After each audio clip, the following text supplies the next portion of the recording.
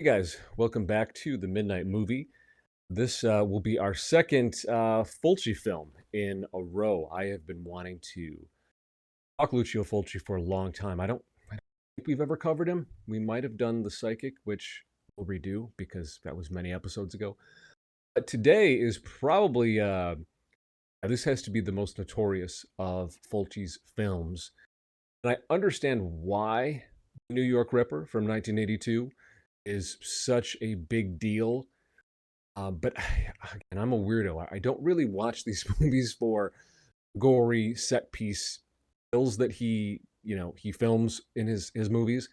For me, this movie it's such a beautiful little time capsule of early 80s New York, and I love anything 70s through the early 80s. It's probably my favorite era of film. There's such grit and texture, and just it feels more real and at the same time more fantastic. Even the real gritty crime urban thrillers like New York Ripper. There's just for me, there's a magic to patina that exists across the film of all of these different movies. The New York Ripper actually never got a didn't get an American premiere, which is weird because it was shot partially in New York City until I think maybe the 90s or 2000s. But yeah, it is Fulci's most notorious film because of the type of violence that does occur in it. Again, I do find myself looking away at, with some of these scenes. It's kind of like, geez, I appreciate creativity, but man. So, just want it to be clear as I'm reviewing these incredible Lucio Fulci horror movies. I swear to God, I'm not a psychopath. I'm not in it to revel in the kills. It really is about the casting, the composition, the color, the sets. It's the entire package of the aesthetic of Italian productions from this period, and especially the ones that were shot. So many of them were co-produced in the States. The New York Ripper follows. It's interesting. If you watch this movie after watching 1980s Cruising by William Friedkin, you'd swear that that's sort of what a lot of the inspiration came from. Two very different movies, but literally the openings both kind of start in and around New York Harbor with a body part discovery, and then boom, we're off to the races. Uh, Both open that way.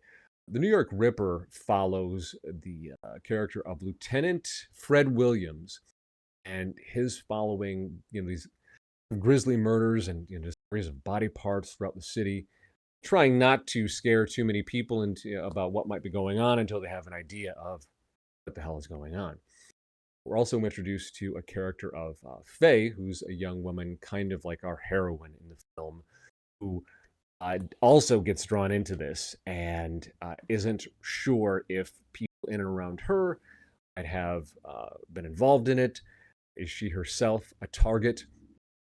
It's a really fun movie. Again, if you are not familiar with Italian cinema of this time, be prepared for dubbing. It's just the way they did it. They did not shoot live sound. Well, I think the 90s. And this goes back to a Mussolini era rule where the government wanted complete control over everything. So they basically would film it and then dub everything afterwards with a government censor looking over the scripts. Of course, Mussolini was long gone by the time this movie was made.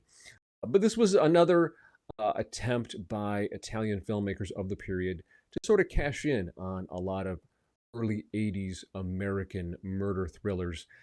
I really do think that this movie echoes more of Cruising than probably any other uh, films of the period. It's not copying Dress to Kill. Although it doesn't have the gay element that Cruising did, it certainly does have the sort of gritty underworld mystery going on like that film did. A bit more on the breakdown of the film. So you have Faye and you have Lieutenant Williams basically trying to figure out who is killing people with a straight razor in New York City. As we're taken through these various crimes that are occurring, we really are given a feast of visuals of old New York. The cast is a beautiful mixture of course, Italian actors and a lot of native New York actors. There's a guy, and I'm not sure if it's Anton Pagan or Anthony Pagan. That dude is a New York actor of Puerto Rican descent. He's still acting to this very day.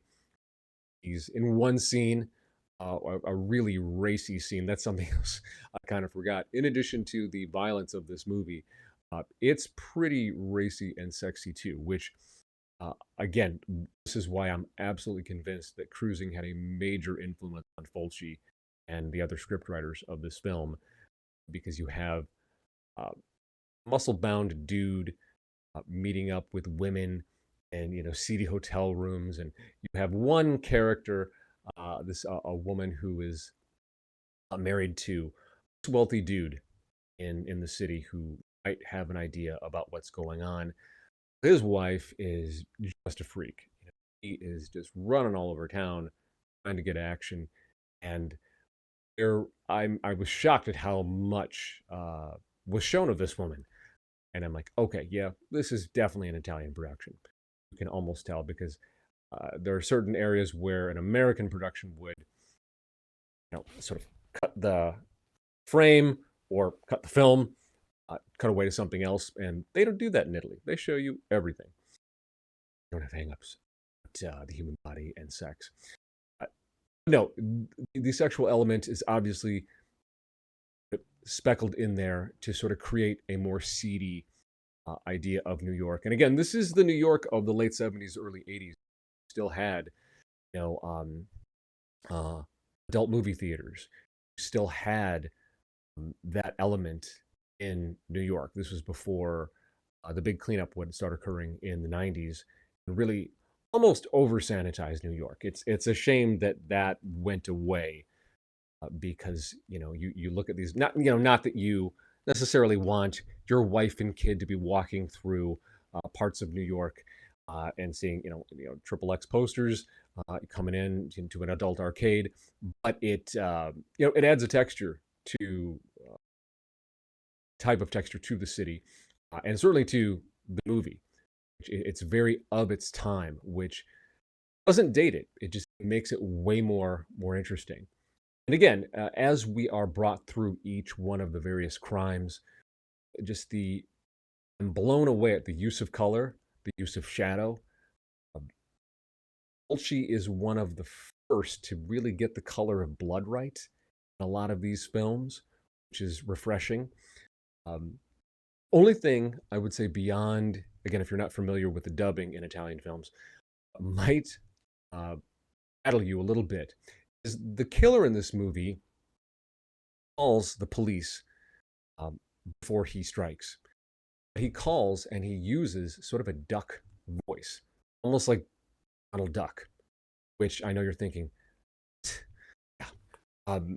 Some people, this really takes them out of the movie. It absolutely doesn't. It did not take me out of the movie. I was really going down the rabbit hole of Italian film, of Fulci's films. I was locked in. I thought it was really interesting. To me, it doesn't distract from it at all. If anything, it really builds into the character of the perpetrator, of the killer. What a psycho this guy is, that he's talking as if he is Duck, taunting Lieutenant Williams, taunting the police, taunting his victims. It's in many ways, it's sort of an early predecessor to the voice box that is voice changer that is used in the Scream films franchise, Scream. So if you look at it that way, this killer is using a voice changer to intimidate in really one of the most psychotic ways possible. I think it adds an element of unpredictability to the killer and to what is going on. All of that amongst just incredible visuals, incredible set pieces. Again, the Italians are such artists. Maybe they don't make the most reliable cars, but damn, cars are beautiful. In terms of aesthetics, Italian suits, Italian shoes, Italian food, Italian art. These folks know what they're doing.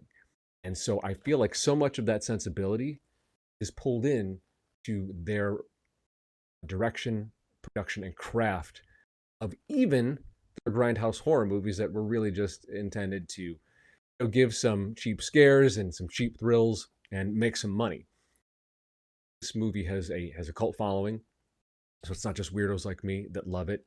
I've watched this movie quite a bit, and it has a. I didn't even mention this. It has to have, in my mind, one of the best scores I've ever heard. The score really sounds like something. The main theme, New York, One More Day, sounds like it was taken from an early '80s American TV uh, time series, like something like Hill Street Blues or whatever shows were playing in the early '80s. It really has a very catchy, funky sound. Guys that put it together. I'm trying to remember here. His name's Francesco de something. I'm blanking here. But I have been listening to the score. Uh, Gosh, probably going on 4 months now. It's in my regular mix when I work out. Italians really know how to score a film. Fabio Frizzi is another one that comes to mind in other films. I'm almost certain he scored. He did. He scored Zombie. He scored. Often recycled a lot of tracks. Tracks that appear in Zombie also appear in City of the Living Dead. That I think appear in Beyond and so forth. But in addition to it, just really capturing how beautiful New York is, capturing the grit, dirt, sleaze, fun. Um, Music really sort of holds everything together. So even if in the first maybe 5 to 10 minutes of this film, you're just like, oh, this seems like a lot, hang in there because it's such a fun ride. This is another movie like Zombie, that is the reason why we have midnight movie screenings. This is the type. In fact, I would say more so maybe than any other director. I think Lucio Fulci uh, is probably the master of midnight movie screenings. And I really delved into. I didn't really know who Fulci was around 2019 when a filmmaker friend of mine introduced me to him. And it was, I had that brief adjustment, like, what, it's all dubbed? What, it's they're not worried about plot holes. They're not necessarily worried about a great narrative. No, just shut up and enjoy the ride, enjoy the fun. Just a really visually interesting, shocking, over the top, occasionally. Now, they're not always over the top, a film. I might be a little bit numb to Fulci. I'm sure there's people who would never watch these films.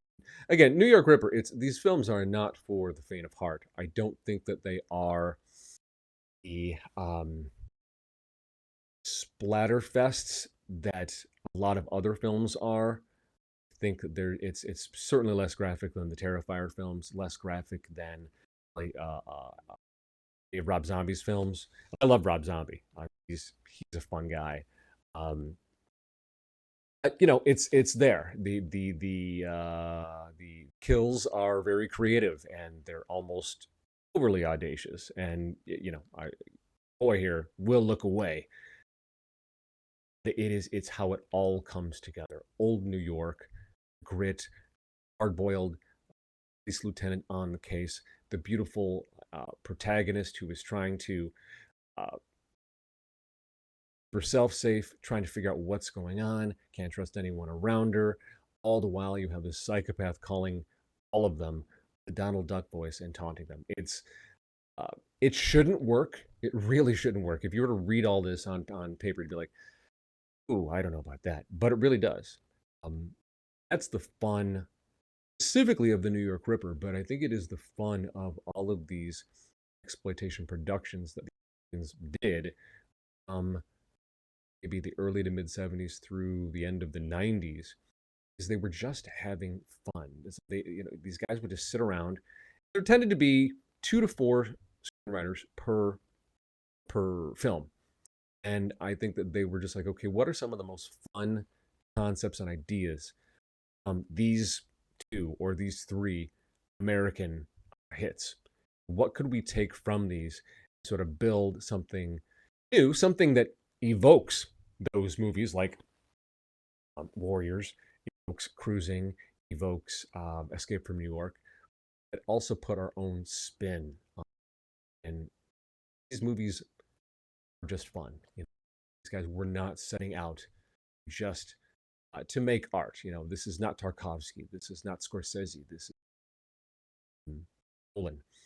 These are just some guys who wanted to have some fun, some crazy stuff, and are now immortalized forever in cult and grindhouse cinema. So yeah, when you need a little palate cleanser, if you are, I know you are.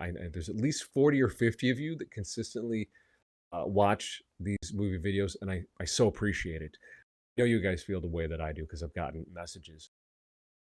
We're so tired of the over polished, over safe, predictable script, predictable plots, and certainly the same 10 of living Instagram filters that they call actors these days that are in everything. We're all tired of that. And, I don't care if I ever become a mainstream filmmaker myself. I want to make genre films. I've made my first genre film. I'm looking forward to screening that in early May. And it was just so much fun. And the people that were part of it just had so much fun. They liked the ideas. Everybody bought in. And this is, this first time I've ever directed anything. And energy and the sense of fun and excitement when we started, when we literally had cameras up on the first day, went all the way through to the very last shot.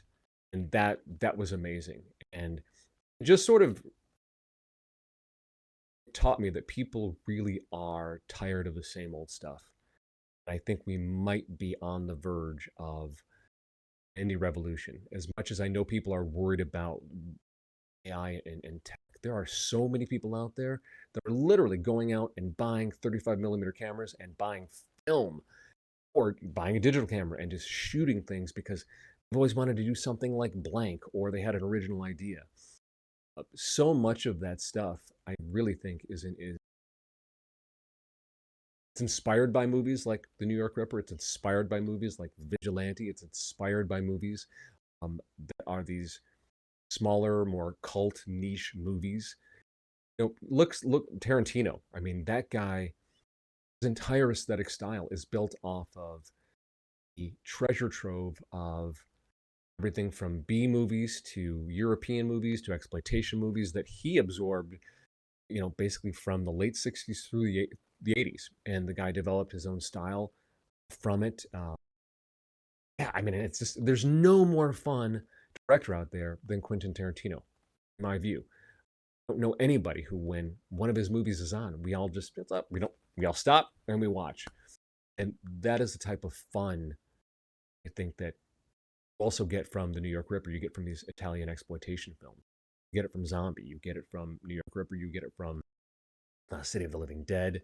The Psychic, which is probably my favorite Fulci film, which I think I'll re-review with you guys. These are all films that are also readily available on a lot of the streamers where you can just sign up with your email. They don't spam you with tons of stuff. They just kind of save all of these gems. New York Ripper, I believe right now it's always either streaming on Pluto or it's on Pluto right now.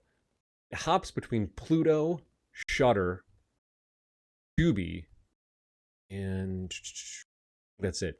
I don't think you'll ever see this movie. You'll never see this type of movie on Prime or Netflix. It's not their bag. It's a little too of a deep cut grindhouse type of film. Damn it, is it fun? So fun. And frankly, that's kind of what this channel, this podcast, is about. Movies should be fun. I love a message movie, especially when it's done well. There's nothing wrong with that. There is room for everyone. I think that, uh, especially these days, with very intense, incredibly stupid politics going on in the world that seems to dominate everything, you get away from it. You can. And with these great 70s films, the grindhouse, the cult, independent films, the foreign films. I encourage all of you, delve into it. You see something that looks interesting and weird but fun, check it out. Don't allow other people's judgment of what good cinema be affect your taste. If you enjoy it, you enjoy it. And as crazy and as wild and as occasionally offensive as the New York Ripper is, it's great. It's fun. It is a true, pure midnight movie. Let me know what you think in the comments below. Is it one of Fulci's best? It certainly is one of his most notorious. I think it's one of his most fun. Is it his best? I don't know. I think it's up there. My three favorites, I think, New York Ripper, Zombie, The Psychic. The Psychic being his most refined and most mainstream film, which is one you can find on, I believe it's right now on Shudder. Called Seven Notes in Black on Tuesday. Note Zero. Rusty. Anyways, guys, let me know what you think. New York Ripper, check it out. Let me know if you enjoyed it. Am I out of my mind? Is it one of Fulci's best? Is it his worst? And if you enjoyed this video, please like, subscribe, share, and I'll see you next one.